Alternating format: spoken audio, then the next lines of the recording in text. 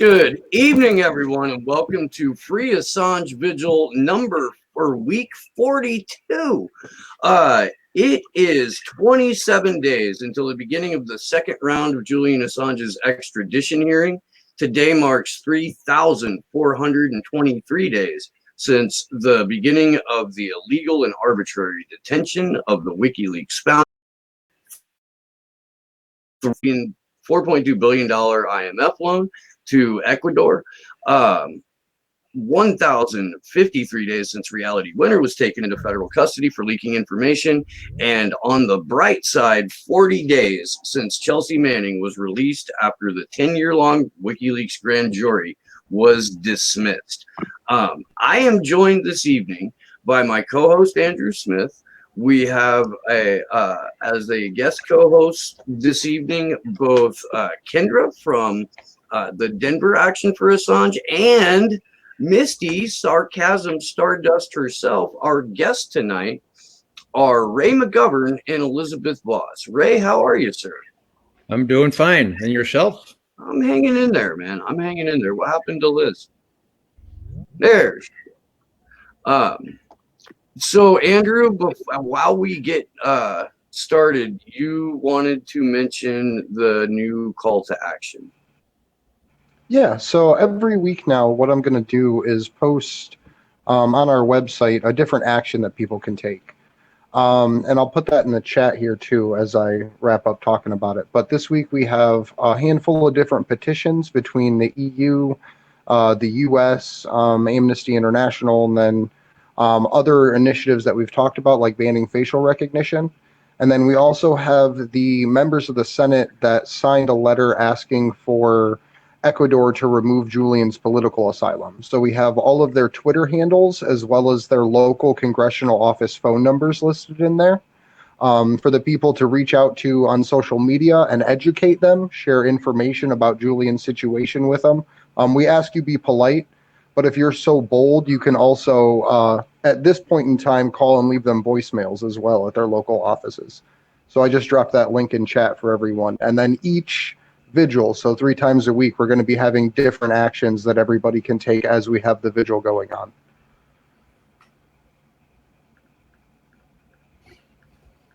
Well, let's dive into it, because we've heard throughout the time we've been running these vigils from a number of different guests that if Julian Assange were to be extradited to the U.S., he would be facing what are called SAMs, Special Administrative Measures. And these measures are designed to break a human being to the point to where they don't come back. That's about as clear as I can make it. They're punitive by design and they're torturous by design.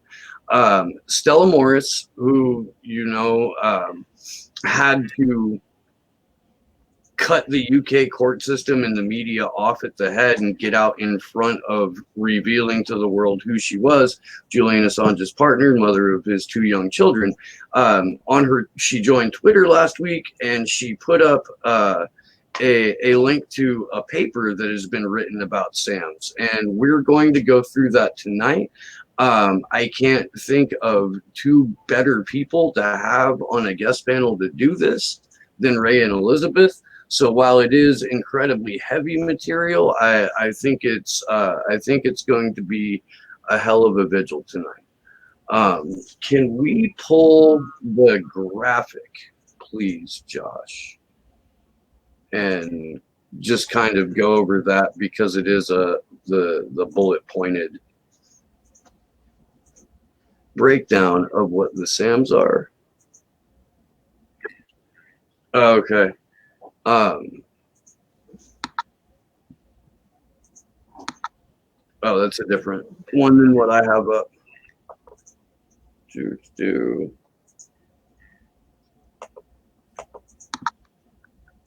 Well, here, let me just break down in bullet point form what they are, and then we can kind of go around and discuss it. SAMs can be imposed before, during, or after a trial. They prohibit prisoners who live under them from contact or communication with all but a handful of approved individuals. So those individuals can lose approval at the whim of the facility where the person's being held. They can impose a second gag order on the few individuals who are allowed contact with the inmate. That includes lawyers, friends, and family. SAMs prohibit defendants and attorneys and their families from communicating about what special administrative measures are, not only to everyone in the public, but to each other. They can also be used to prevent or impede access to family, friends, legal counsel, and prohibit information from external sources, including media, phone calls, and the internet. They create an isolation that is even more extreme than solitary confinement and essentially render prisoners either physically and or mentally unfit to stand trial. They can be used to enforce draconian conditions like mandatory strip searches for already secure prisoners. And they can be imposed for up to a year without requiring a review. Take it away, anyone. It really is solitary confinement on steroids. It's insane. Truth be told, before today I started kind of prepping for the shows, I kind of knew, the gist of what these measures were, but it's ridiculously intense. You can't, you're lucky if you get a 15-minute phone call every month to one approved family member. It's intense. It is complete shut off from the outside world. And that is psychological torture. I mean, I think this isn't it 15 days that it's anything past that is considered torture. And this can go on for a year without a review. And it's insane how intense it is. It really is. I agree. I think it's a complete abusive process. And here's a question for our guests. I'm wondering, can you guys think of any situation really that would justify these type of measures?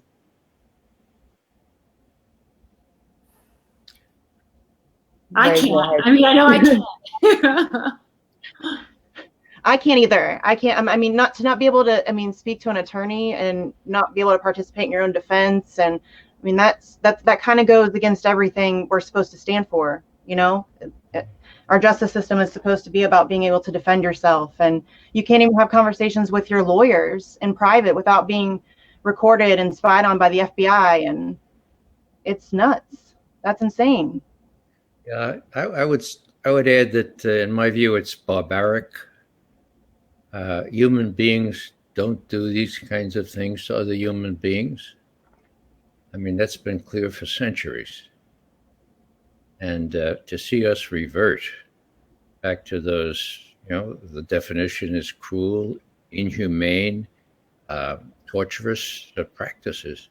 It just defies the imagination that the media and the people who are supposedly in charge of civilized countries can condone this.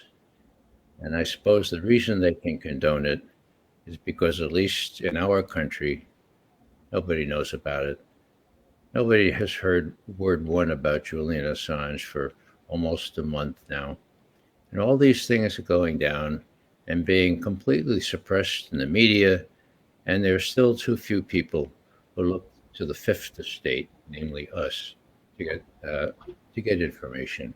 So it's a very sad sort of thing, but it's so cruel and so inhuman and so inhumane that, my God, if we can't prick the consciences of civilized people about this, and now, what hope is there for us? So I think what we need to do is make sure that we can imagine ways that have not come to our imaginations yet, and figure out ways to get this up and out and tell the normal person in the street, look, do you want to be part of this? Do you want to be part of these complete prescinding from legal standards, 800 years of tradition after the Magna Carta, habeas corpus, the right to have an attorney and speak to him or her confidentially?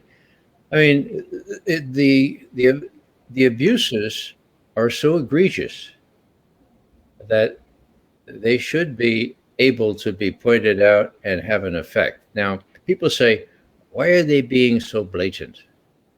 Well, in my view, this is all a kind of instruction. This is a warning to anybody who wants to try to do what Julian Assange has done very courageously. This is what's going to happen to you. And so when they drag them out unceremoniously from the Ecuadorian embassy, when they treat him like, well, I won't even say the word in court, behind a kind of a cage, and then, you know, what's in store for him if we don't get our act together? It's, you know, it's just to edify people. This is what we can do to you, and this is what we will do to you if you go the path that Julian did. And that's why all our journalists who feed at the government trough are so afraid. That's why they won't say one word about Julian, and why worse still, people like The Guardian and New York Times turn on him and betray him, even though he's the epitome of their profession as a professional journalist.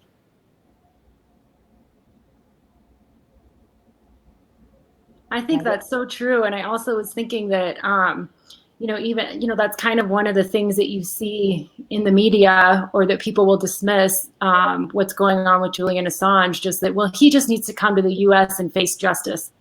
And it's so clear. I mean, I think if you took Assange out of the picture and just explained to somebody what these measures are, what these special administrative measures are, a lot of people might not even believe that that goes on in the US. Mm-hmm. Well, and I think a lot of people are failing to see that it's been like kind of a progressive, this isn't just about Julian, this is about like a slow chipping away of, you know, the rights that we have. And I mean, it even with just these measures, when they were first introduced, it was to keep people who supposedly, it was to keep people who, you know, could maybe have connections on the outside to cause violence or harm or a terrorist attack or whatever. That was their, you know, the initial intent behind it. And then after 9/11, it seemed like it exploded, and they're using it more and more. And that's terrifying to me, that, you know, it's what everybody always says, first they came for whoever. And I didn't say anything. And I mean, coming for Assange, any independent journalist, or journalist period, but especially independent journalists who's not talking about this, is doing themselves a huge disservice, because they're coming for you next. It's going to keep snowballing. Yeah, and to add to that, I think that collectively we've been talking for a long time about the type of injustice that Julian would face if he came to the US. I mean, we had, you know, people like John Kiriakou who've been talking for years about the type of injustice that happens in the Eastern District of Virginia. But now to have the specific measures laid out like that in that PDF that Stella shared is really helpful, because it gives us some specific terms to talk about. And it shows, like you said, the gravity, the extremity of it in, you know, black and white in specificity. So.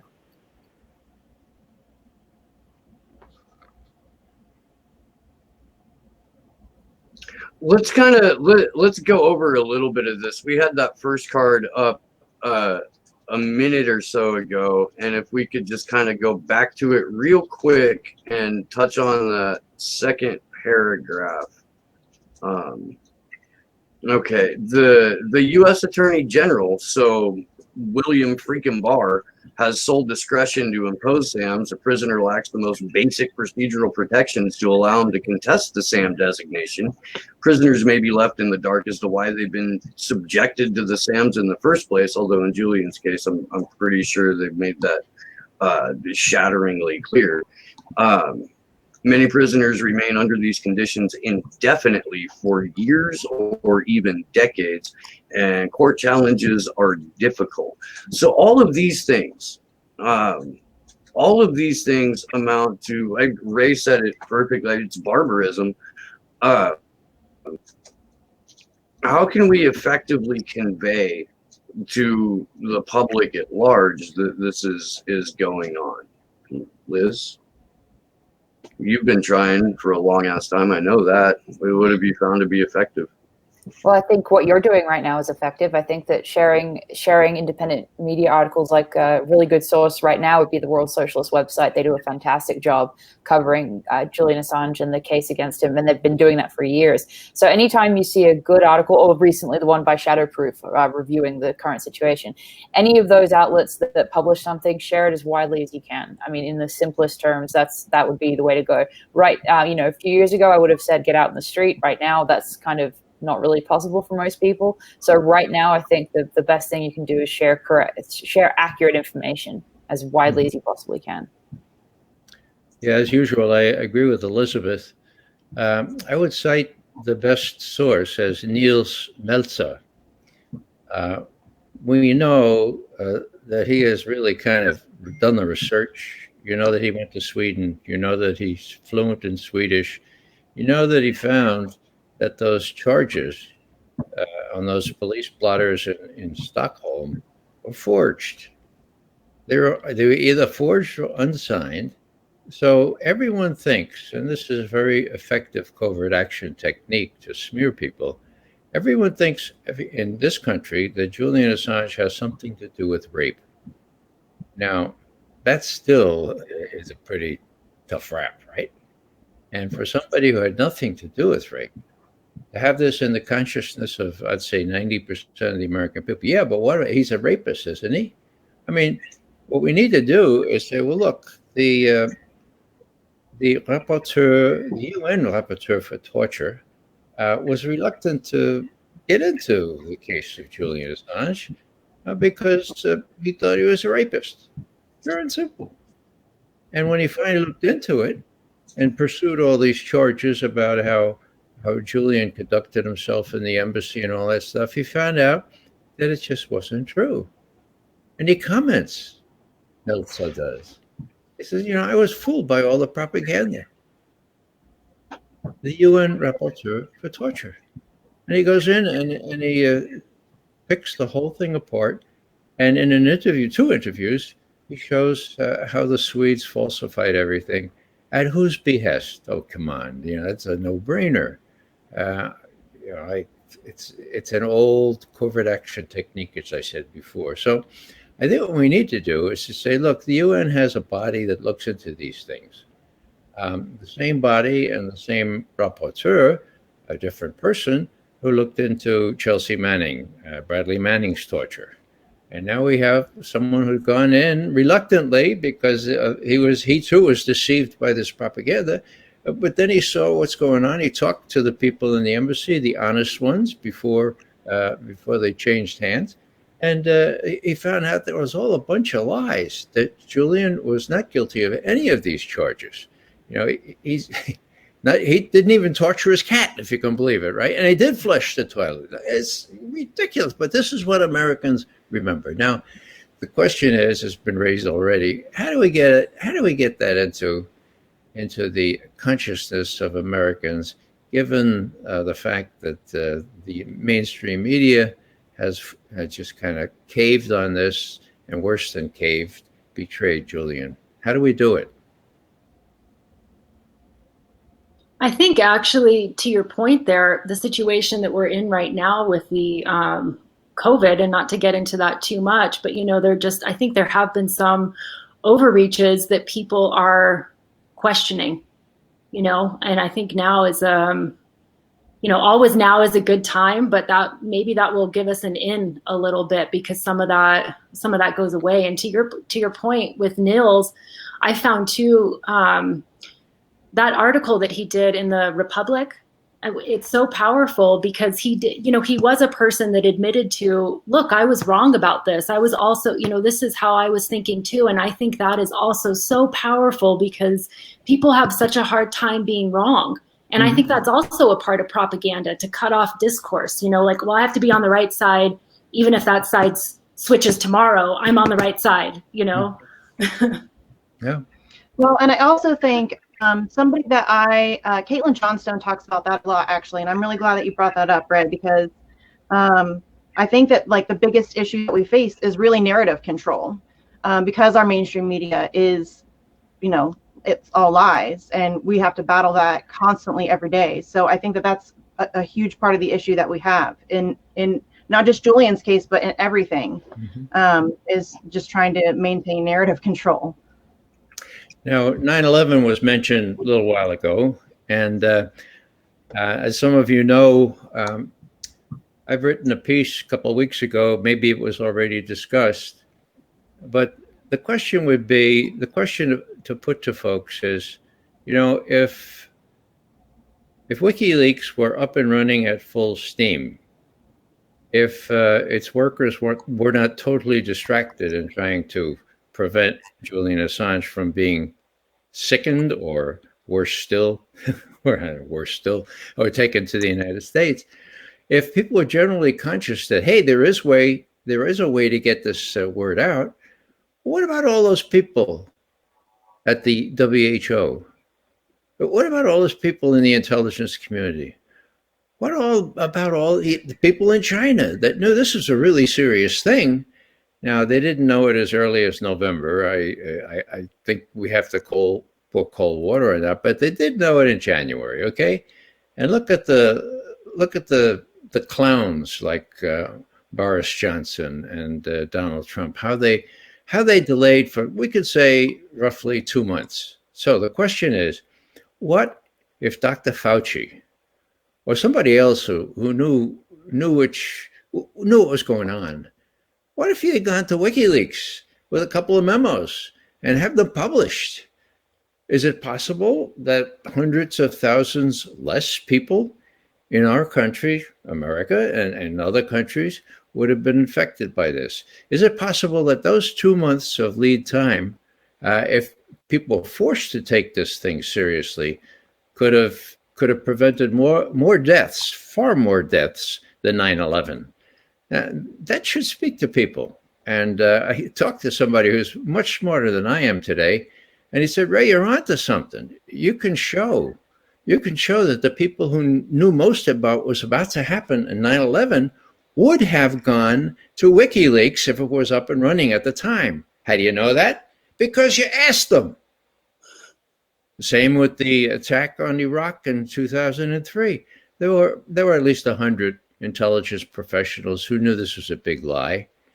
Can you tell me that there's not one of those 100 that could have gone to WikiLeaks if it was up and running at the time? No, you can't tell me that, because I'm sure there is at least one. So, this shouldn't be a real hard thing to use in fostering a recognition of the incredible service that WikiLeaks can render just by being there, just by offering a secure way for people who see a calamity coming, 9/11, attack on Iraq, COVID-19, to do something about it, because the mainstream media is inept and corrupt. So I know I'm singing a song here, but I was affirmed in this song by this very intelligent friend. Said, look, Ray, you're onto something. You can prove what could have happened during those previous catastrophes. It should be easy enough, or not too hard at least, to go to people who can understand these things and say, look, you destroy the messenger. You're cutting your nose off to spite your face. And just so you realize that, just so people realize that doing this to Julian Assange not only can did a lot of damage to WikiLeaks, but also to others who would try to develop ways where people could go and whistleblow with some reasonable expectation of not getting caught. So I lay that out there again. I apologize if you all discussed this in previous sessions, but I guess I still feel that there's some merit in just telling this tale, adducing the earlier examples, citing the people who said, yeah, sure, we were so frustrated, we would have gone to WikiLeaks before 9/11 and before Iraq, and say, well, next time this happens, or let's just take this time, what would have happened if somebody had given some memos to WikiLeaks 2 months before Trump and Boris Johnson and the others decided to take this seriously? I think it's a good, not a tactic, it's a good way of informing people of the stakes involved here. And with that, I'll cease and desist for a while. Yeah, so if we could jump back into the SAMS article, or the SAMS PDF actually, to talk a little bit more about the different methodologies and programs that they use.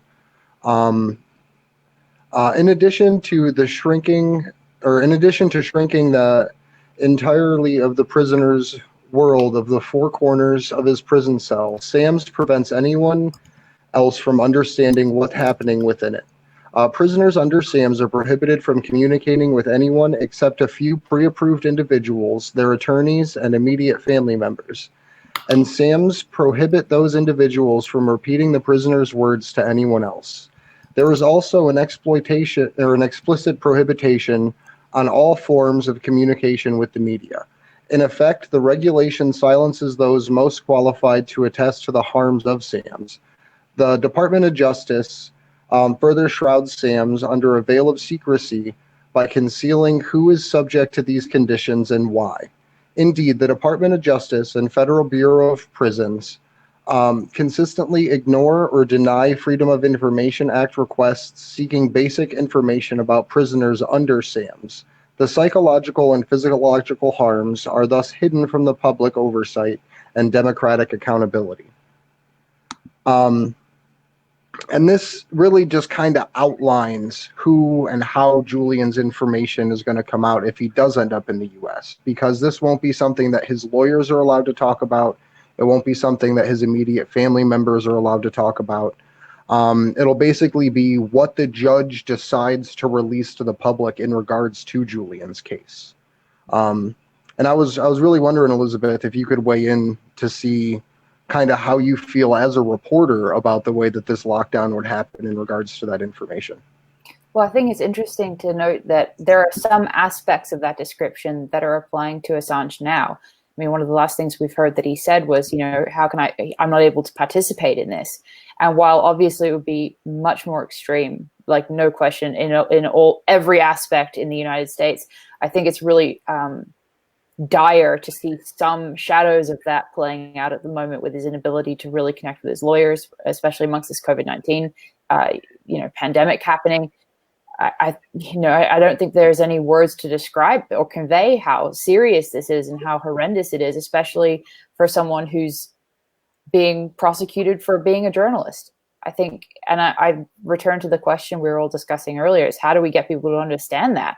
I think that's the most crucial part of this to me as well. So, well, I don't think that people are also really I don't think people understand exactly how bad the SAMS thing is.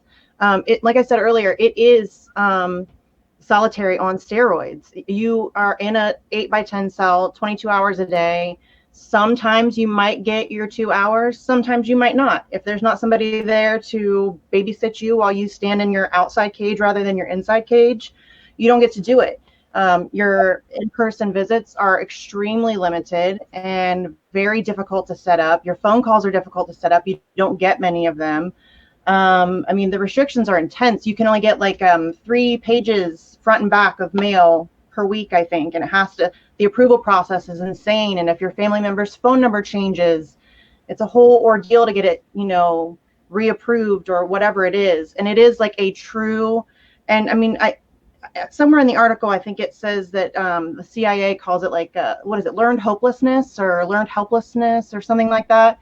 And it's this literal tactic to break someone down to their very core. And I think something else that troubles me is that we use it on people who haven't even been convicted yet, people who are, waiting to be, and that's insane to me because that's coercion. Really, it's a form of coercion. I think we're gonna have to explain to people how bad this is, because I think Ray was saying earlier, people aren't really paying attention to Julian or to any of this stuff in general, and it's going to be tough to get them to pay attention. But this is insane what they're doing.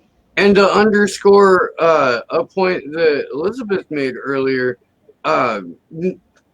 there is overlap. There's a lot of overlap with how he's being treated in Belmarsh and how he was treated in court, including the multiple strip searches on the first day of his court appearance.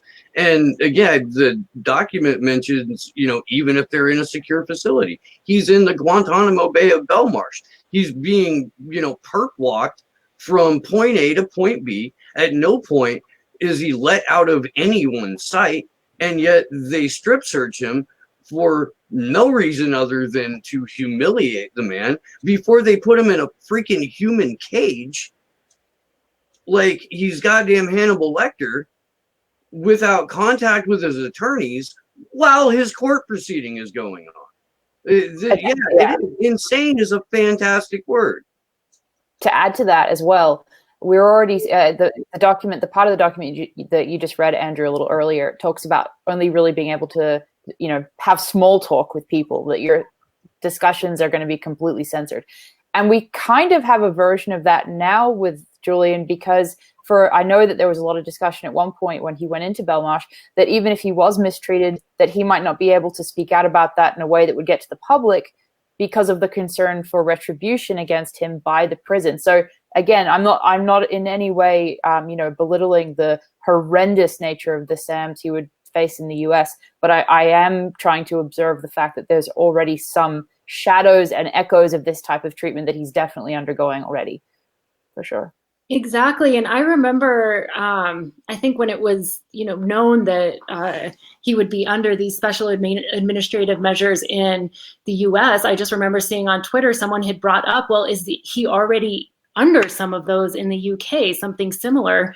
And then just even reading through this document a little bit, it's like, well, if he was, it's not like anybody would be able to know, So it's really, it's terrifying. And especially, this is happening to Julian Assange. And, this is something that I just feel like tyranny really, it just encroaches. There's nothing to say that this wouldn't happen to any one of us, or anybody as this starts to unfold and go along. And it's terrifying. Does anybody have an idea of how many people in the US are even on these type of measures? Or, is it rampant? Or Ray, do you know?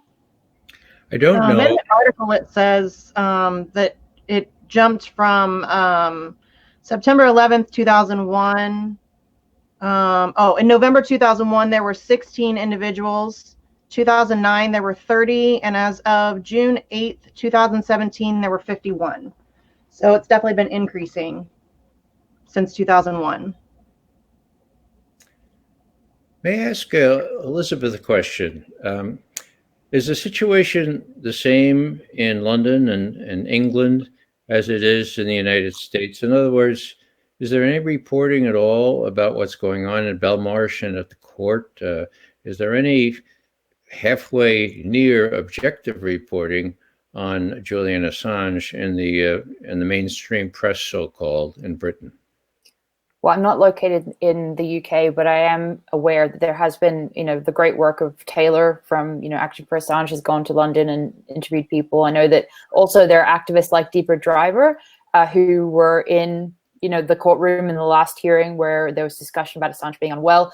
And there were a few journalists in the court at that time. Now, whether the journalists that were there, reported accurately is kind of a point of conversation. I know that Shadowproof's Kevin Gostola has done a really good job keeping up with everything factually and reporting on it. Other than that, I think it's been probably, I would guess, just from an outside perspective, I would guess it's probably been similar to the US. I bet it's kind of a lie of omission. I'm going to add to that list Mohammed El-Mazi, who writes for Sputnik and a number of other outlets and has his own site called The Interregnum, and Tariq Haddad, who formerly worked for Newsweek and resigned in protest because he wanted to accurately cover the OPCW leaks and how the revelations that came out of WikiLeaks, and Newsweek told him no, so he quit. He started his own organization called The Watchdog, and both Mo and Tariq have courtroom access, so they're live tweeting as well as putting out information after the fact. let's see, who else? I mean, there was Gordon Dimmick, but he's on hiatus. Craig Murray. Oh yeah, Craig Murray has done incredible work. But yeah, there's not a lot of positive coverage. You get the usual, Guardian, where they'll give you just the basic bare bones of what occurred in court, and then go through like the greatest hits of smears. And that's most of what I've seen from their more traditional or legacy media. So the question I would have then in that case would be, have the British no shame? In other words, if the word got out in the mainstream media, actually that wonderful picture of Julian and Gabriel, that got into the Daily, what was it? Not the Daily Mirror, but the, Daily Mirror? Yeah. That was good. But all I'm thinking is, whoa, here we got a human story, a person who's been persecuted because he's a publisher. He's got a young family now, 2 little boys. He's got a fiancée, be a wife, hopefully one day. There's a human story there. And when people learn that he's not a rapist, and that the British are just taking orders from Washington in an undisguised way, because the Washington people are right there in the front row telling the judge and the others what to do, have the British no shame? Well, maybe they don't. I mean, my Irish cousins say, no, they don't, Ray. Forget about it, all right? Well, Bracer doesn't, that's for sure. She's more harsh than the U.S. government counsel. She goes beyond what they ask for, it seems like. Right. Even the prosecution agrees with the defense very frequently. So I'm really frustrated, as we all are. How do you get that out? How do you say, well, this is a charade, or as John Pilger would say, a charade? It's really crazy, and it's not only crazy, it's barbaric. And do you British want to be associated with this kind of thing? You toadies, you poodles, you'll do anything that the U.S. asks you to do, even if it involves reversing 800 years of the fight for human rights and justice? My God, I guess my question is there no chance that were the British people to be informed about this, that they would rise up in horror and say, my God, that's what our government is doing to this person who unjustly has been accused of rape? I mean, this is beyond the pale. I think Andrew would say that people would, right, Andrew? Andrew would want to say that they would. I think that we all want to think that people would rise up and do the right thing and fight against it. I think that they would, but I just don't know how we cut through the, not even just the disinformation, but the lack of information. And how do we cut through to people who don't know that there's anything beyond MSNBC every night? Or do you know what I mean? I feel like that's like you were saying, that's kind of where the issue lies. It's that we have to try to find a way to get through to people when you've got to. A lot of that, I do honestly believe, if we get more artists on board, if we get more high-profile musicians on board, if we get comics on board that are known internationally, that can point to the fact that Vanessa Barrister is nothing more than a concierge for the U.S. State Department, it will hit home a little bit more. It's immensely frustrating because, all of us here know, and we're damned by what we know, because it feels like we're screaming at each other. And we're trying to create a series of teach-ins. We're in the process of doing that right now. And one of the goals with that, and then we can get back to the SAMs, but one of the goals with that is to distribute it to the heads of other activist groups, so that can go out through their mailing list, because there's a lot of disaffected people in a lot of U.S. political left organizations that know how to organize, that know how to phone bank, that know how to reach a fairly large number of people in a relatively short amount of time. So having said that, we should probably get back to what we're covering here. I want to highlight real quick. I believe it's card number. Well, this is card number 4, I think. And it's kind of the evolution of the process of the SAMs. Misty mentioned earlier, since 2001, the DOJ has been expanding the use when altering the SAMs regulations to allow for longer and more severe restrictions. There's that magic number. Shortly after the terrorist attacks in 9/11, the Bureau of Prisons placed all prisoners in its custody who were, quote, in any way linked to terrorist activities, unquote, into administrative detention as part of an immediate national security endeavor, which just sounds probably as horrific as it is. It appears that a major criterion for deciding whom to place under SAMs was not the prisoner's demonstrated capacity to communicate dangerous information, but rather their religion. It was in 2001. At the same time, the DOJ amended the SAM regulations to allow for harsher restrictions and less oversight. The new regulations tripled the length of time for which SAMs could be imposed without internal review from 120 days to a year, and they relaxed the standards for renewing SAMs. Before 2001, the DOJ had to demonstrate that the original reason justifying the measures still existed. In the post 9/11 era, the DOJ must only demonstrate that some reason exists for continued imposition, even if that reason has nothing to do with the original reason for their imposition. And lastly, the amended regulations clarified that SAMs could be imposed on pre-trial detainees.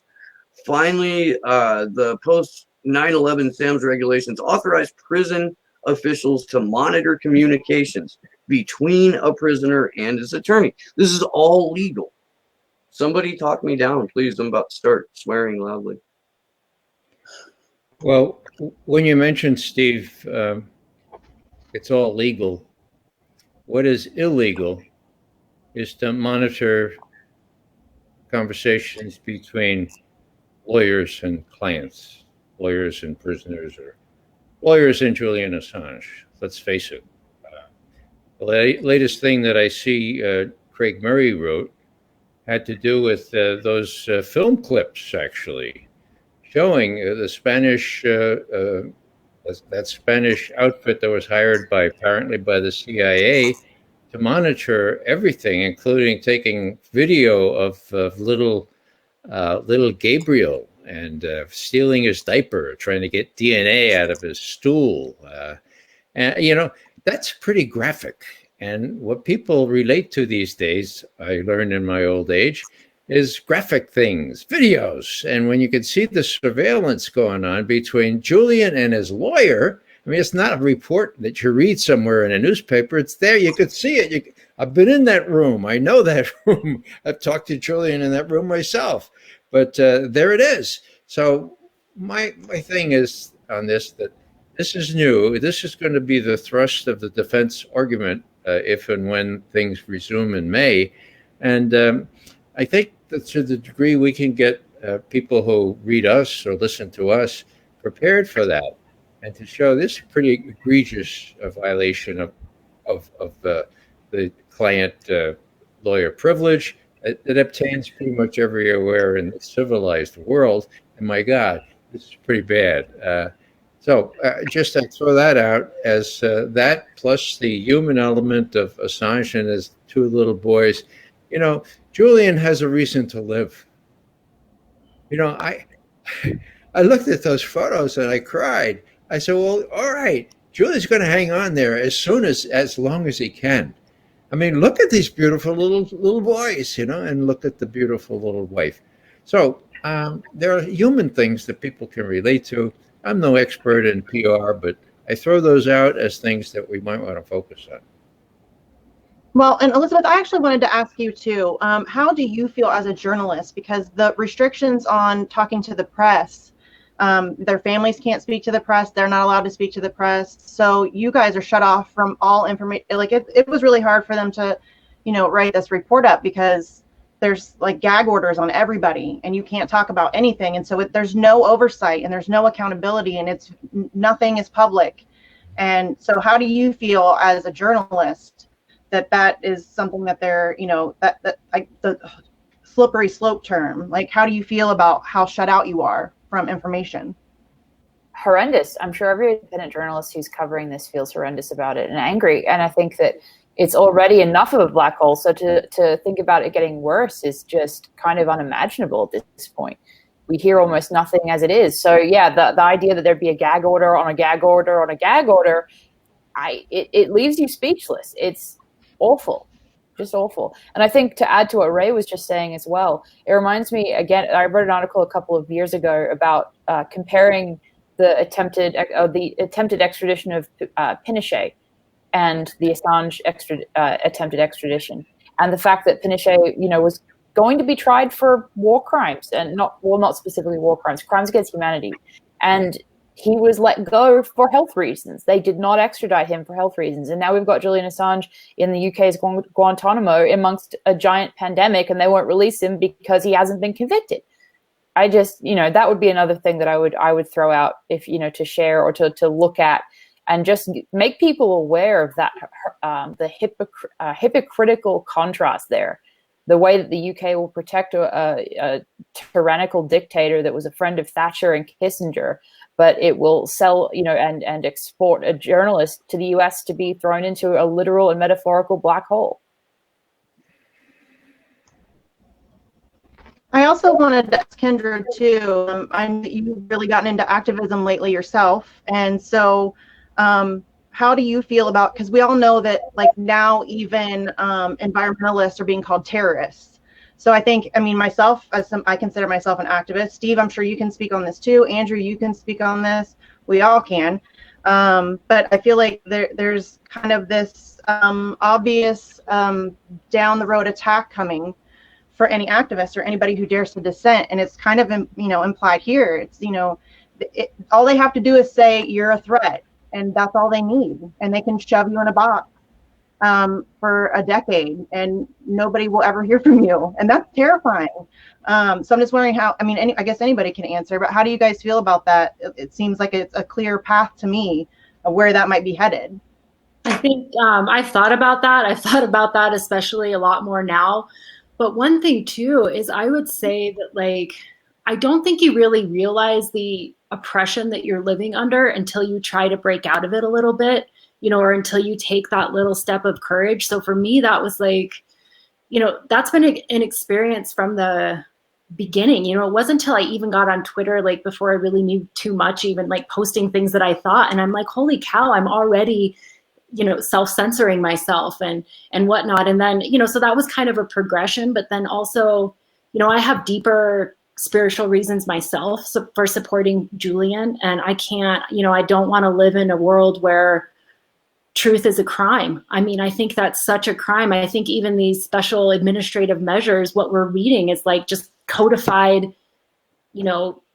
evil, basically. It's so terrible. It's just so bad, but it is terrifying. And there are some days that are better than others. But honestly, when I first was starting to, when Assange got arrested, that was a big turning point for me. I was like, that's enough. And, I just had planned on joining another group, and it's just the way that things worked out. It was obvious that that's not what was available to me. What was available to me is starting something, and that, that's how things get started, is people in positions like that where they're like, okay, well, I guess it's me. So I kind of knew I'd have to be out there, even if you're running a group, you're going to have to be out there. And so it was honestly sort of a decision I made a long time ago, because I can be quite a pessimist. So I really, I love people like Andrew and things like that, and others to keep that bright side going. But yeah, Misty, it is terrible. But to me, it's where those cliches come into play, which are true.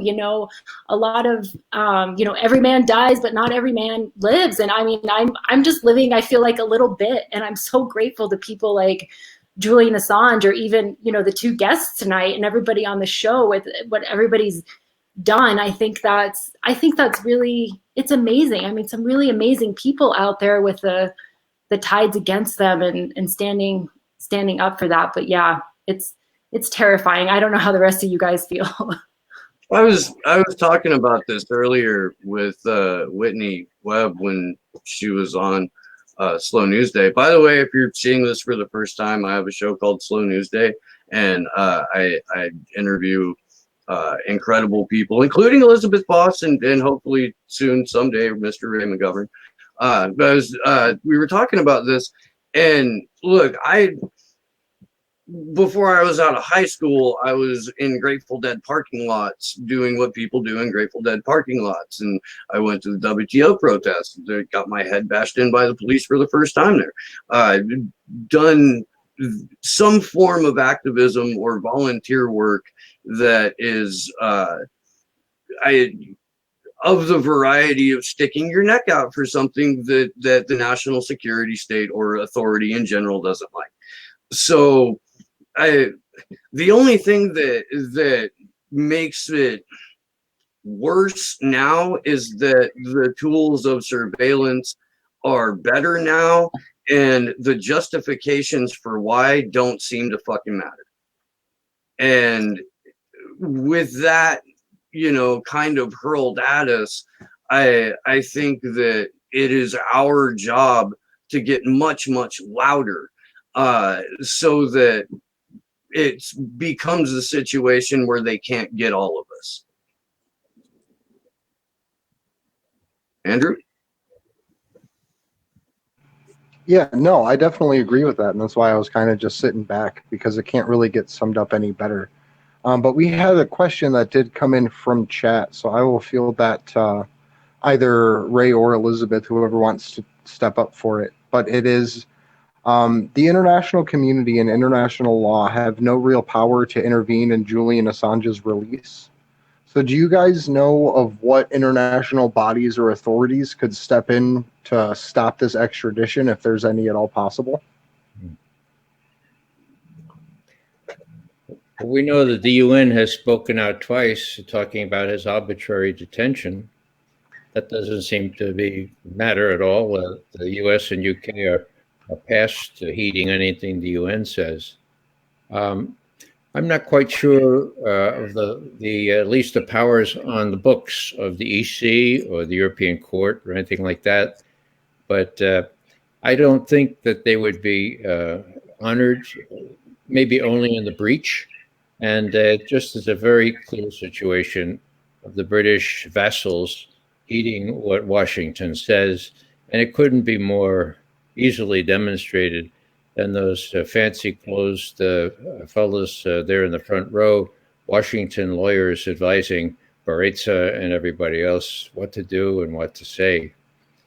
I'm old enough to have been through a lot of things that have been pretty depressing before.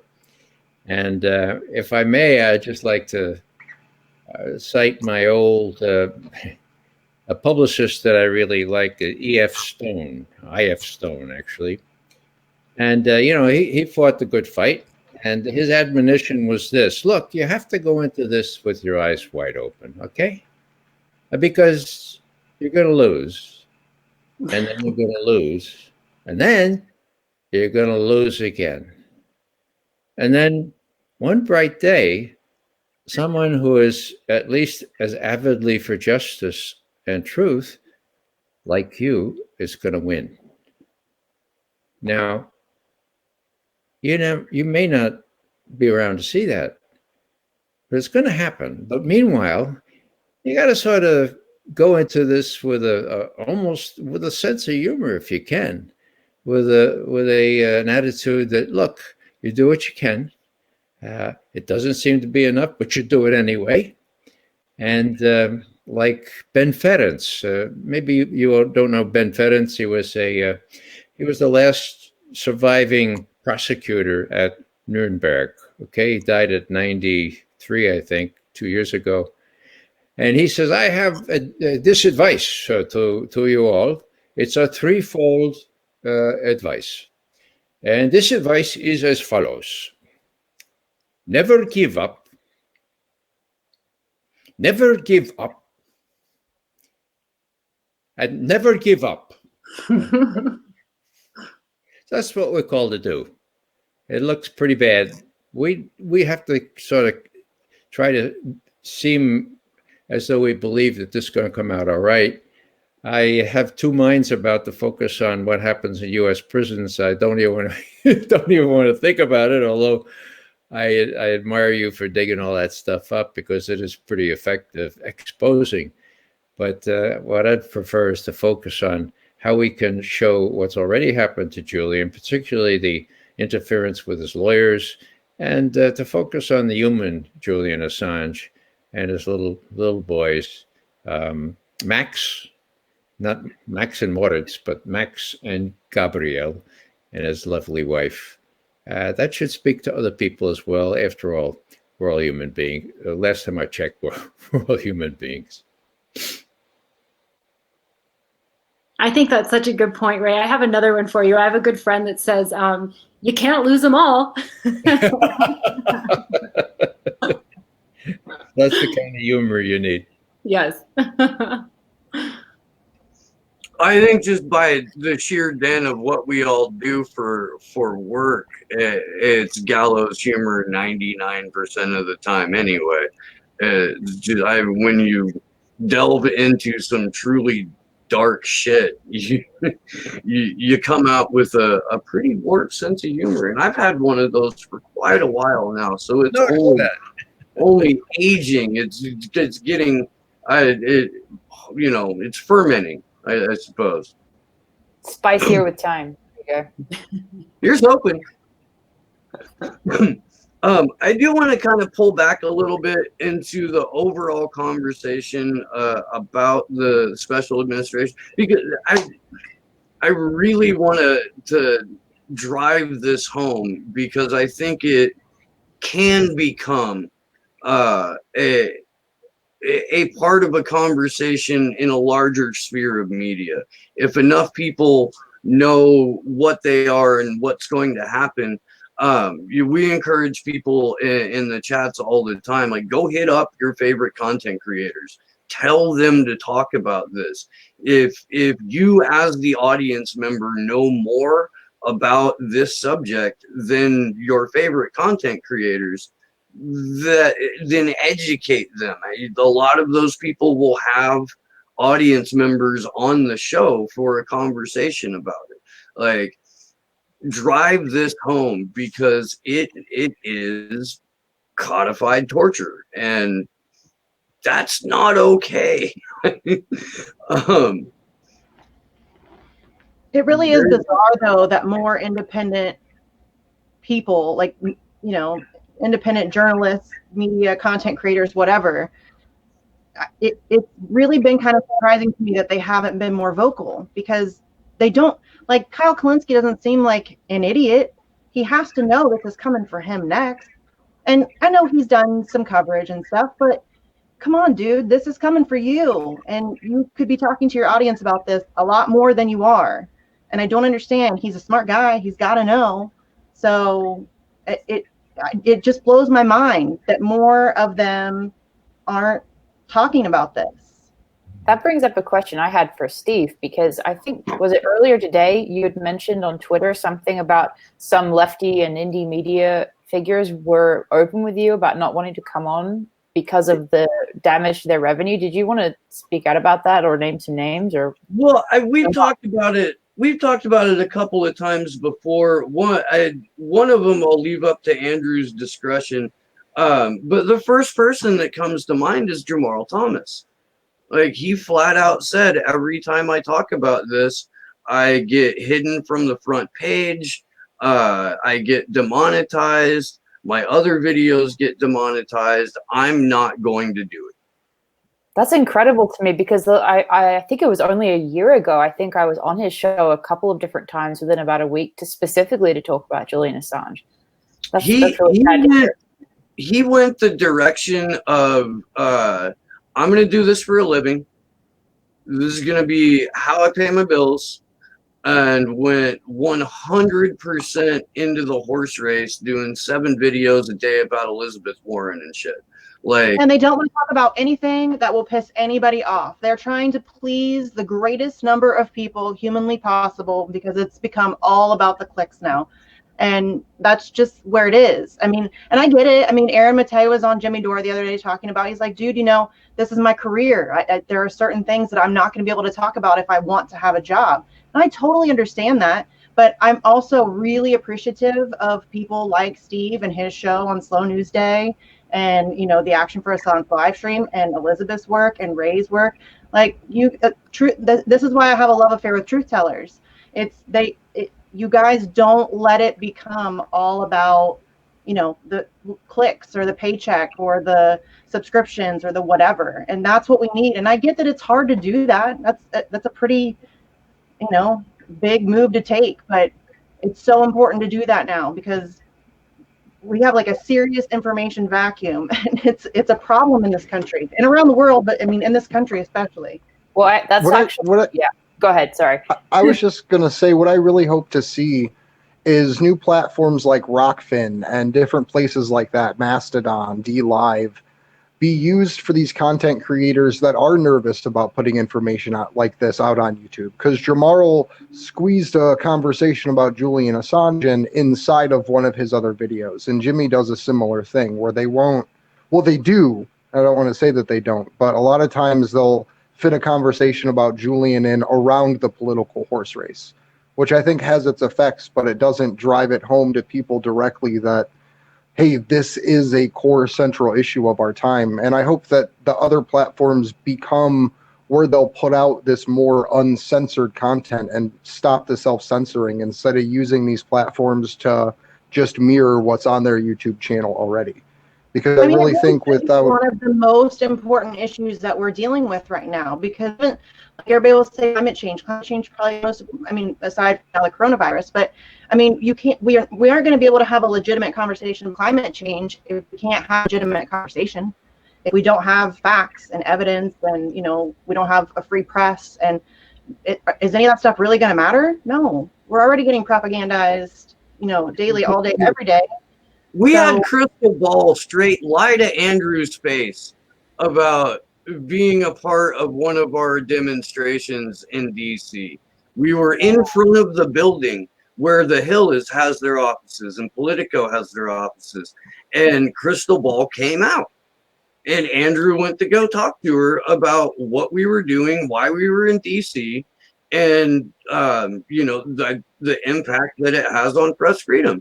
And she goes, well, yeah, I'd be happy to do that, shoot me, but just bullshit, absolute bullshit, 100%. Okay, little activist, thanks, I'm on my way to CNN in my $900 coat now. Wow. I mean, like what you were saying earlier about. Sorry, what? No. Go ahead. I was just going to say that pretty early on, I didn't begin to involve myself in journalism for a paycheck. So I never went into it with that mindset. And then, as people actually started to treat me as a journalist, which was more of a shock to me, I think, than anybody else, I made a really conscious decision that I wasn't going to make it a full-time job. That I'm not relying on it for a paycheck to pay my bills, because then you do start to, even unintentionally, even just having small ads on the side or whatever, it mutates your intention and your attitude towards the information, the way you write it. And so I totally empathize if you're a journalist that has to rely on that for your income.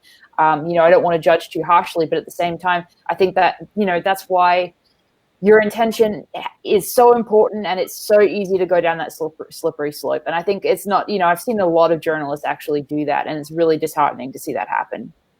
So. If I may, to put a little perspective on this goes back 40 years. I was just a boy at the time. I was working at the CIA, and Bill Casey came in to be the head of the CIA under Ronald Reagan. And well, that was January 1981, right? So in February, they had their first cabinet meeting. And each of the cabinet officers, and don't ask me why the head of the CIA should be a cabinet officer. He shouldn't be. Okay, there really shouldn't be any policy-making role for the head of the CIA. But there he was. Okay, everyone was asked by Reagan, tell us what your objectives are. Now, I should probably note at the outset that a good friend of mine was there. Her name is Barbara Honegger. She was working for one of the domestic policy advisors, and she took copious notes. And this is what Bill Casey said. We'll know that our disinformation campaign has been successful when the American people believe everything we tell them, period, end quote. Now, I don't know how the other cabinet officers reacted to that, but Barbara copied it down word for word, and then she gave it to Sarah McClendon, who published it in, I guess, the Washington Post at the time. And everybody forgot about it. Well, Bill Casey's now for his eternal reward or otherwise, and he must be rolling over in his grave saying, wow, I thought I was doing a little hyperbole, but here we are. We own the New York Times. And they do. I don't know exactly how it works, but watch the Times today, talking about how the intelligence community did a great job on Russiagate, whereas the Attorney General and the people who know the score are about to indict the head of the CIA, head of the FBI, and head of the National Intelligence. Okay, so why the New York Times can be so bought by the government, I don't know. But they are, and they were, and demonstrably, they gave George W. Bush a second term by suppressing the information that he was violating all our rights under the Fourth Amendment by monitoring all our telephone calls and our emails. They had that information 5 months before the election. They suppressed it. And they didn't allow it to appear until a year later, after the election, when James Risen said, hey, I'm going to publish a book on this now, and it's going to be embarrassing if, I work for you guys, you pay me a big fat check, and here you don't put it in your newspaper. Then and only then did the New York Times publish that. So in my view, the New York Times knew best what was best, and what was best was George W. Bush not suffering this indignity of having exposed that he had spied on us ever since he and Cheney came in. And so these people have this notion that they know what's best for us. And it's part and parcel of what my tutor or the person who taught me journalism, Bob Perry, who died 2 years ago. I'll tell you a little vignette. I think this is very telling. He unveiled several of the really important secrets of Iran-Contra. Okay, he got many awards for that. He was working for AP most of the time. Then he got invited down to Newsweek to be a real high-paid, he had really format at that part, as the Germans say. Okay, so one of the gurus from Newsweek said, Bob, we're going to have a little party here, a cocktail party, a little dinner, and only 12 people, but we'd like you to come, okay? And who was there? Well, it was all men, of course, 85, 6. A young representative from Wyoming by the name of Dick Cheney, General Brent Scowcroft, who had just stepped down from being the National Security Advisor. And as Bob is dipping into his shrimp cocktail, which he said was very good, Ray, General Scowcroft says, apropos of not much else, my successor, Admiral Poindexter, is going to appear before Congress on Tuesday, and if I were advising him, I would certainly tell him to say that we never told the president anything about Iran-Contra. Now, Bob, unaccustomed to this society, drops his fork, shatters his shrimp cocktail thing, and without thinking says, General Scowcroft, do I understand you to say that you would advise your successor to perjure himself before Congress? Yeah, that's how quiet it was for about 20, 30 seconds, as Bob describes it. And then the head of Newsweek put his arm around Bob and said, now, Bob, sometimes you have to do what's best for the country. Whole bunch of gentlemanly laughter. Okay? Now, see, they know what's best for the country, and they're subservient to CIA because they think that the CIA knows what's best for the country, and that's what rules our media. And of course, the 6 major mega corporations that control most of the stuff are all profiteering from building and selling arms. So it's pretty incestuous. So I don't want to depress everybody. You guys already know this, but that's what we're up against. And it's not excluded from saying, you guys in the press, you're really following Bill Casey's diktat very well. You're believing everything that the CIA and MI6, doesn't MI6 run The Guardian, for God's sake? I mean, hello, people, wake up. This is what's happened. And it's been happening gradually, but now it's particularly acute, and it's a particularly open possibility for us to come in here with the virus the way it is and just explore new horizons. Sorry for talking so much. Don't ever be sorry. Yeah, literally just said in that you should have your own. You have a wicked echo, Misty. I do? Oh, it's better now. Oh, good. Okay. Kevin?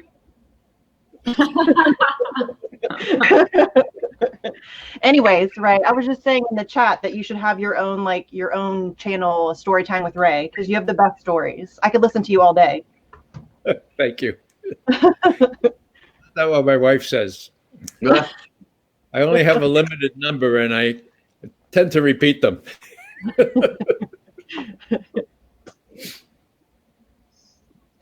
Well, I'm going to go ahead and kind of wrap up the conversation on the special administrative measures. Just suffice it to say it's beyond brutal. The simple fact that the FBI has an officer attached to a prisoner visit, be it friend, family, or lawyer, and the FBI has the discretion to censor the conversation as it's taking place, and the fact that if the FBI officer isn't able to monitor the visit can be canceled at a moment's notice, no matter how far a family has had to drive to be there, no matter how far the attorney has to drive to be there. It is entirely up to the whim of a random FBI agent. And again, all of this apparently perfectly legal.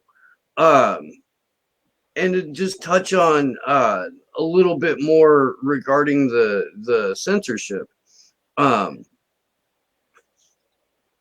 If you're locked up under special administrative measures, you're cut off from everything. You're cut off from TV time. You're cut off from reading a newspaper. You absolutely have no contact with the internet. Here we go. So the DOJ recognizes that this level of censorship is difficult to justify. While the DOJ imposes SAMs on a prisoner, an assistant attorney general sends a letter to the Bureau of Prison explaining the conditions and reasons for that particular person's SAMs. In every letter that the BOP has released, the DOJ has conceded that eliminating the inmate's access to media may be an excessive measure, except in the most egregious of circumstances. But in those letters, the DOJ never explains why an individual case constitutes those most egregious of circumstances. Instead, the DOJ provides a boilerplate explanation that restricting prisoners' access to media may help to interrupt communication patterns the inmate may develop with the outside world. The DOJ does not explain how reading an uncensored version of Time magazine might allow prisoners to develop such communication patterns. This is the absolute ridiculousness of what entails special administrative measures. It's, again, we live in a cartoon, and this is a cartoonish response to how to deal with a prisoner. I don't know. Liz, what do you got? Well, I agree with what you've said, and I also noticed when I was reading this PDF that they mentioned that the cells that the prisoners are put into are less than 8 by 10 feet. That's smaller than a planted garden bed that I made in my backyard or something like that. You know what I mean? I mean, it's absolutely insane. So to have all of these things compounding each other, I don't see how anyone could not avoid losing their mind in that situation. I think it's just, I mean, horrendous beyond measure. I think it's the utmost example of the Orwellian state that we have in the United States. I'm well, and in a number of places, solitary cells have lower ceilings too. Right. So if you're tall, you always have to hunch over. If you're a shorter person, you still feel like you want to hunch over and so that compounds like the aches and pains in your body. You have a shit mattress, or you're sleeping on a concrete floor. It's just compounded torture. And again, we've got a lot of this is overlapping with how Julian is currently being treated in Belmarsh prison right now. We've got to generate a lot more noise. Like, if anybody knows how to get a hold of Roger Waters, tell him to call 10 fucking friends. Okay? Like, I don't know what else to say about that. Well, and to your point too, Elizabeth, you were talking about how there would be literally nobody that could go through that and not lose their mind. I was reading this, multiple like corrections officials and, commissioners and wardens have like been, coming out and saying that they spent time, like one guy spent 20 hours in his solitary confinement cell and was like, I was ready to lose my mind. That was in Colorado, right? Yeah. What?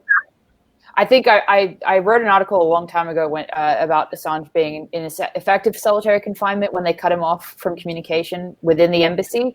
And I think I know what you're talking. I think there was a guy in Colorado who did that, and they were talking about what drove them crazy within 20 hours, or at least on what they felt. I mean, if you really think about it, we're all kind of experiencing it, to a very small degree right now with the quarantine. I mean, we're all kind of shut off and cooped up, and we all are kind of feeling. But if you multiply that by like 1,000, you might get some idea of what this could maybe be like. I mean, you're shut off from they even go so far as to put you in a different wing so that you can't even communicate through the air vents in the prison. I mean, it's that isolated. And to me, that's insanity. Like, that seems like that's inhumane on so many levels. It's incredible to me that this is something that we've allowed to happen as a species. It's depressing. But yeah, I mean, when you have, experts and wardens and people coming out saying that they took part and it sucked, I'm going to take their word for it. It sucks. And nobody should go through that. Certainly not a journalist who exposed war crimes. That should be celebrated. And the big difference, of course, is those people that test the system, they know they're going to get out. Right. So as bad as it is, and I can speak from personal experience about this. There's a prison right beneath the federal courthouse at the bottom of Manhattan called the Tombs, and I've been there. I've done that. Okay, there are prisons in Washington. I've done that too. 2 cubicles the size of what just was explained, and 2 steel things. The second guy came in about 3 o'clock in the morning. It was pretty grim. incredible cacophony, noise all night. But I knew I was going to get out. I knew I was going to get out in the morning. And, you know, people have to taste that, but they also have to realize that the difference is bigger than the similarity. If you know you're going to get out, you know, then yeah, it's painful, and it's learned helplessness. I mean, I was helpless. I couldn't even get a guard to give me a drink of water. Okay, but still, you're going to get out. So. I think I'm delighted, Steve, that you apparently picked on this thing, and it needs to be publicized what could happen, because people aren't by nature barbaric. At least I don't think they were or are, and so I hope we can get that theme up and out the way it should be. I think we can. I really do. I think this is one of those things. Do you remember when the torture program was finally disclosed and people went apeshit across every corner of the country? Like, people were genuinely outraged, and I mean, I guess it eventually led to we tortured some folks, and that's bad. But apparently they quote unquote shut down the torture programs. I don't believe that for a second, but it did lead to like a congressional inquiry and things of that nature. And I do honestly believe that when you put torture right in front of the average American's face, their natural inclination is to recoil in horror. And we need to get that point across, because this is horrific what is being done to Julian Assange.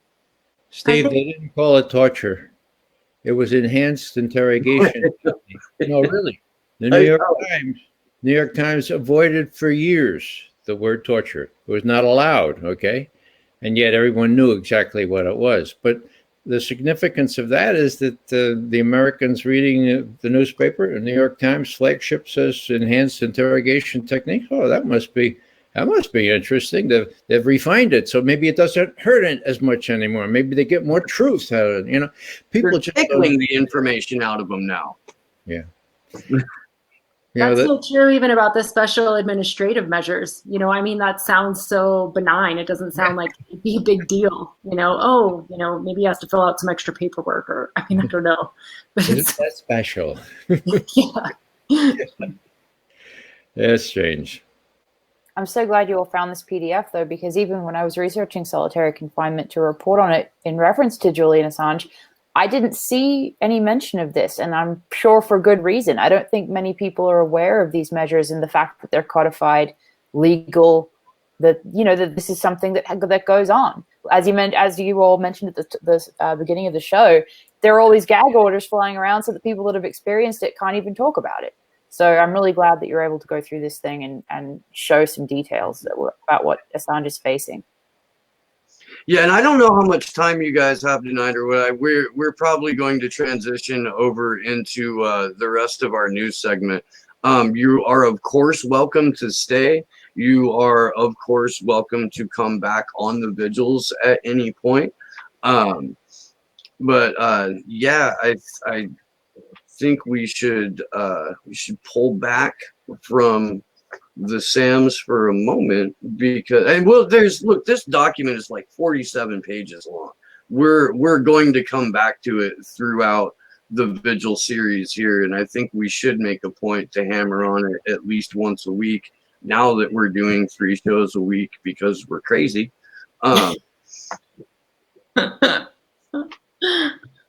Dave, I'm just really glad to know that we weren't talking about surface-to-air missile systems tonight. Right? I'm glad that hasn't become part of this particular story yet. I really am. Not for lack of U.S. politicians calling to drone strike, Julian. That's for sure. We've got so many horrendous techniques and methods that we've run out of acronyms, so they have to start using the same one. Well, I'm going to have to check out now. It's been a pleasure, as usual, being with you all, people, and I hope we see Yeah, each if you could, Ray, real quick before you leave, let people know where they can find you. Okay, that's right. My son who runs my website always says, "Dad, if you don't mention the website, I'm not even going to work on it anymore." It's raymcgovern.com. Really hard to remember. raymcgovern, one word.com. I also publish on consortiumnews.com, which is an independent, and we're doing okay in terms of finances, even though we don't advertise. And that, of course, has a wide gamut of authors and a good following of Julian. So, but there's a website and there's a Twitter at Ray McGovern, and my son puts it up on Instagram and Facebook as well, although I'm not a frequent visitor of these latter two. So thanks for asking. And again, good luck. Let's never give up. Thanks, Ray. Good to see you again, Ray. Man, I love it when Ray's on. And just real quick, while we have everybody's attention, I am posting in the chat the link to this week's Vigil actions. Every week we're going to be every Vigil, so 3 different ones per week, we're going to be putting out actions that people can engage in online right now. We have petition signings as well as the senators that signed the order to basically demand that Julian's asylum be removed. We have their Twitter handles as well as their local office phone numbers. So we ask that people send them educational information or as polite as possible voicemails about Julian's situation right now. But one thing, Elizabeth, before we let you go, and it's already been happening behind the scenes independently, so I really appreciate it, but we've been working on building every Saturday global digital marches between the US, New Zealand, Australia, and other European groups. Do you think you could help get other creators involved on doing a stream on Saturdays or Sundays about specifically Julian's situation, or some ways that we could help politely pressure content creators to do that? Absolutely. I think Sundays I'm free in the afternoon, and Saturdays probably afternoon, evening. So either one of those days would be all right. But I'd love to try. I can't promise anything because, as you all have faced, sometimes creators will kind of say, no, I can't do that, but I can try my best for sure. Cool. Because Consortium actually does a great job. Like they stream the Free the Truth event, they stream the DEA events. So I'd like to direct people to you guys as a resource to get up-to-date information too. Yeah. I can definitely talk to Joe about it. Sure, I'll try. Cool. Could you leave us with some final thoughts on where people can find you and your work? Absolutely. You can find me on Twitter at Elizabeth, LEAVOS. I'm also on Facebook. I have a page there where I share my work. I contribute once in a while to Consortium News. You can find my articles there. And other than that, I mean, my thoughts are kind of, the same as they've been for a while, unfortunately, and that is that we just have to keep doing what we can. That although the COVID-19 situation prevents people from getting into the streets, as Ray said, just do whatever you can, even if it doesn't feel like enough. And I know myself personally, it definitely, doing what you can sometimes really doesn't feel like enough, but you just have to keep doing it anyway. So I really appreciate you all putting on these vigils and continuing to speak out on this no matter what, and especially 3 times a week now. That's an incredible undertaking. So thank you all. And great to meet you, Misty, off of Twitter. Me too. I know. Me too. Good to talk. Thank you. Have a great night, you all. You Have a too. good night. Thank you. Well, that was freaking awesome. Dude, I'm fangirling all over the place. I'm not even kidding. So as we go into news, we are going to kind of circle back a little bit because we brought this up earlier and Ray had mentioned it. But the article out of the West Australian just really brings a lot more detail to the spying on Stella Morris and the 2 children that she had with Julian Assange. I'll just go ahead and kind of run down it real quick. A Spanish security firm tailed the mother of Julian Assange's fiance and illegally recorded hours of footage of their baby son According to court documents, Stella Morris revealed her identity as the Wikileaks founder's fiance on April 11th, 3 days before a London court could lift a non-publication order on her name.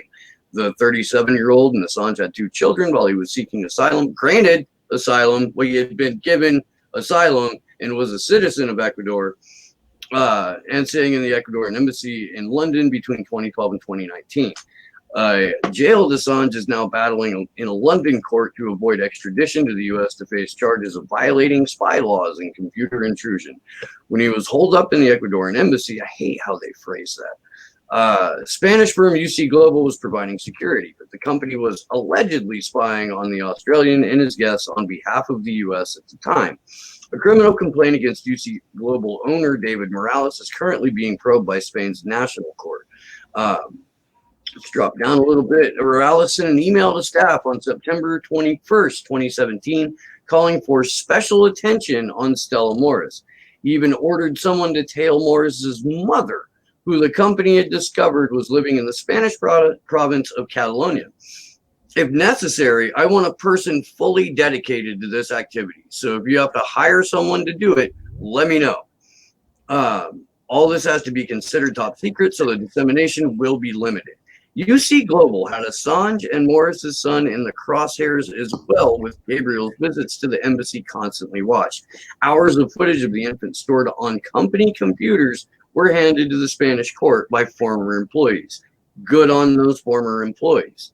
A former staff member has given a sworn statement to the Madrid court alleging that Morales was determined to prove that Assange was Gabriel's father. The protected witness says on one occasion they were even ordered to steal the baby's diaper to conduct a DNA test on his feces, because that's something that normal people do.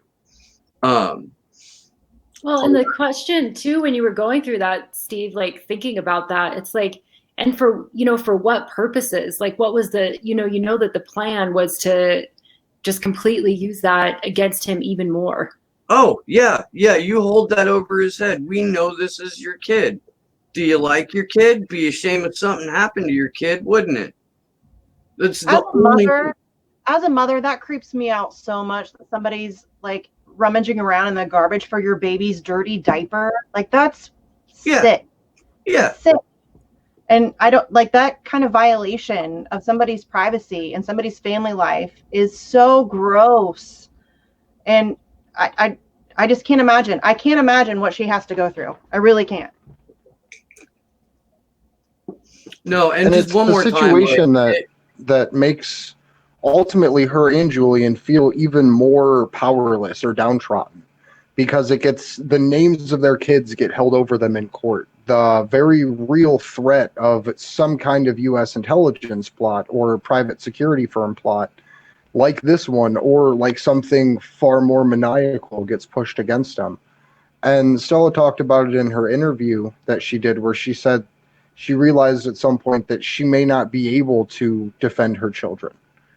And to me, as someone raising 2 children of a similar age, that's why I do this, is to try to build a better world for them. So that, like, I just hope that those kids give Julian such a place of strength to come from a different angle, as wanting to see the world that he has impacted change for the better.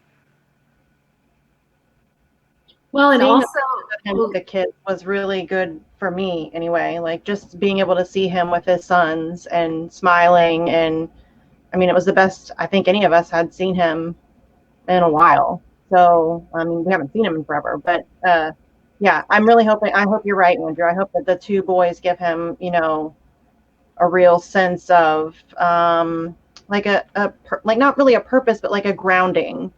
Like, it grounds him in a place that's real and worth fighting for, I guess. Because I can't imagine what he's dealing with. I really can't. And if we could hop back into that article, because there's a little bit more that I want to make sure that gets brought up, because it was actually the headline for the WikiLeaks tweet. Because there was a Ecuadorian embassy staff member, I believe, that was extorted with extremely private photographs. Yeah. UC Global allegedly spied on Ecuadorian diplomatic staff and indicating Morales was working for the U.S. government. When Morales was concerned Ecuador wanted to end the security contract, he tried to use, quote, intimate photos, unquote, of a diplomat stolen from her personal hard drive to blackmail Ecuador's foreign intelligence agency, SINAIN, not to pull out. These extremely private photographs were allegedly in the possession of UC Global, were printed, and were part of an extortion report that sought to prevent SINAIN from terminating the contract, Assange's criminal complaint says. The Australian's legal team says Spanish evidence proves UC Global helped the U.S. record Assange's intimate life inside the embassy. Now, look, if the West Australian, and we can kill that article, if the West Australian was doing its job, because I consider that to be like more biased than just factual reporting, that article, if they were doing their job, they've got numerous amounts of articles from El País, the Spanish language magazine that has been reporting consistently on UC Global for months and months and months, including printing out the emails that had been submitted into evidence. They've got Stefania Maruzzi, who has been doing incredible work reporting on this. Like, they're not lacking for source material. So it's Christine Assange has a number of tweets out about how you can help Julian, and one of the suggestions contained is fact check these people in real time. When you see an article come out and it's wrong, fact check the outlet that printed it and the author that printed it, the writer that printed it, and encourage other people to do the same. I agree on that. And I think one thing too, and I don't know, I'm just speaking from my own experience, like sometimes you'll see those come out and they're just, they're so well done, but it's also, just even a short sentence to these guys, like on the website or something, complaining about it, that's enough. It doesn't have to be, perfect. It just has to be out there. And I think that's important too, because the bottom line is this something, it's, it affects all of us. Like, free press is for everybody. The idea that there's, SAMs out there, that affects everybody. That Julian was spied on like that, that's something that's, anytime power's doing that can affect us all. And we don't have to be perfect when we correct things. I mean, we need to be factual, but it's just do what you can, send it out there. I think that's important too. I think there's actually a really good quote from Julian where he said that when we notice an injustice and we don't do anything, and I'm probably butchering this, but when we notice an injustice and we don't act, we're training ourselves to be accepting of that. And that's what it is. And I mean, we're all sitting here witnessing this major attack on free speech and a free press and on Julian himself. And I feel like there should be more people angry about it and worried about it and screaming about it. And it's depressing that there aren't more. I'm grateful for the ones that are, though. And I think you guys are right. I think we just need to be louder. We have to be louder. We're kind of at, I've talked about it before with you guys, I think, but it's like we're in a tipping point. We're at like this weird crossroads in humanity. And it's what happens from here is going to be it's going to make a huge difference in where we go, I think. And one of the things too is there was always memes going around and people saying in tweets that, they're not after Julian Assange. They're after all of us, like the people of the world. And he just stood in their way. And it's something that with the way that governments around the world have cracked down on free association and free speech and just the basic ability to communicate on the internet right now, really shows that that's the fact, because we've now all been placed into house arrest for better or worse. And it's something that instead of addressing those larger issues like the surveillance state and like the expansion of military powers on the street where people are literally being forced into their homes if they're not wearing masks or doing something essential, that is an assault on the freedom of association and the First Amendment as much as our right to know information about our government and about the war crimes and about what our tax dollars are being used for. So there's this double front, so to speak, I guess, going after the First Amendment because it includes religion, freedom of information, press speech, as well as the freedom of association. So while Julian's trial is going on that ultimately risks destroying the very foundation of a free and open society, you have them coming in with these draconian police state measures before any measure of relief is given to people, where they're going to be tracking all of us on our smartphones before everyone has access to food right now. Well, and I mean, let's kind of summarize all of that real quick. Julian Assange is a test subject right now. And this human test subject is being used to determine how we all act. And if we all roll over and let this man die, then there is 100% justification for them to go forward with the complete elimination of free speech, free press, of publishers being able to print material that is embarrassing to the government, embarrassing to a corporation, embarrassing to, let's say, a chief magistrate's husband and son. It is... I literally just tweeted that out. If we let them do this to Julian, we're telling them it's okay to do it to us. That's exactly what's happening. If we let them do this to him, we're telling them it's okay. You can do it to us too. Go ahead, Andre. I was just going to say, because the thing is, if they can not even hide, but publicly curtail outrage about the open and fully visible torture of the most awarded journalist in the last 50 years, for them to take an Andrew Smith or a Bob or a Jenny right off the street and do the same thing because they're an asymptomatic carrier or whatever other reason they decide to come up with, we're just going to be gone. There's not going to be a press to fight back to reclaim any of us. Well, I feel like, I know we got a lot more news that we need to cover, but I feel like it's been 2 hours and we're starting to see some people drop off. Do you want to go ahead and go around the room and give some final thoughts here? Yeah. There's one thing that's kind of been developing that I want people to look at, and it came out from @USHackers on Twitter. It's something I'm not fully sure about, so I don't want to say it's real and factual and accurate, but apparently there has been a breach of the World Health Organization, the CDC, the Bill and Melinda Gates Foundation, and multiple other global authoritarian institutions.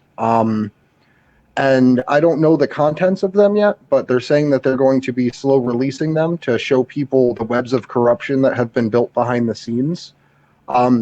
So check it out, see what you think. There's not really any information out yet about that beyond, hey, we have these. So that's pretty much my final thought, is there's still more information that we don't know.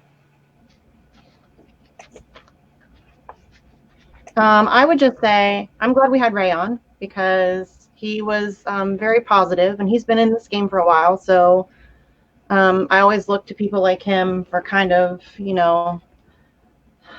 how to keep my cool, because sometimes I feel like I'm going to lose my shit. But yeah, I'm glad we had Ray on. I'm glad we had Elizabeth on. I'm really glad we talked about this, because like I said before, I really didn't know a ton about how extreme the SAM's measures were. So I'm really glad that we did this. I'm glad you guys had me on. I appreciate it. And yeah, that's really about all I have, I think, for last thought. Oh, on Twitter, Sarcasm Stardust. I'll be there. I would echo Misty's statements, and it's good to see you. Good to see you again. Yeah, you too. Show before. This is always fun. And Ray and Elizabeth are so great, and I do really appreciate that positive, stuff. I think that's really important to remember too, is that, you'll always see the truth can't be hidden. It's always going to come out. So what we're doing, is a big deal and it matters. And whereas even though, even earlier, sometimes things can be scary, it is a part of being alive. And I do think too that it's, I think that's part of the trick, is to keep people afraid. That's part of the trick. Because, I think more people agree than we know. They just haven't quite yet spoken out or don't quite have all the information. So I do think it's a tipping point. And I think we got a lot of good ideas tonight, especially about, ways to try to be more effective, which I'm definitely always open to. You can find me at DNVFreeJA on Twitter. My DMs are open. So, anybody that wants to reach out, always happy to talk to anybody. And thanks again for having me on. It's always a pleasure. Before I close out, I want to give a big shout out to the Don't Extradite Assange campaign Wikileaks lockdown playlist, without which I probably would not have found this absolute gem from Julian Assange. He was giving a talk on self-censorship in the media, and the interviewer asked him, what is the biggest danger from the surveillance state to the individual? He said, conformity. Now, that doesn't sound like it be a problem to many people, but it's actually a serious, serious problem. For example, East Germany under the Stasi, approximately 10 people at some time in their lives provided information to them. And that provided an extremely conformist atmosphere where people learned to lie about their interests and intentions from a young age, even to themselves. That produces a society which is extremely constrained and where there's little tolerance for individual differences. And yes, that can go all the way to extreme injustice and suffering for people not towing the line, whatever that line is. I think we need to stress to the people in our lives, especially the people that we love, the dangers of conforming when we are wrapped we're falling over the precipice of complete and total totalitarianism. My name is Steve Poikinen. I host a show called Slow News Day. You can find it here on YouTube by typing Slow News Day Podcast into the search bar. I am also on Rockfin, Periscope, DLive, and a few other platforms soon. Huge thanks to Elizabeth Voss and Ray McGovern. That was fantastic. Mad love to Sleepy Josh on the ones and twos. Thank you, Misty. Thank you, Kendra, Andre. Love you all, and to everyone watching, we love you very, very much, and you guys just make this. Never be afraid to stand up for what is right, ever, and do it loudly. We will be back Thursday with Lissa Johnson and Elizabeth Mueller, and that is going to be tremendous as well. Until then, we'll see you soon. Good luck to us all.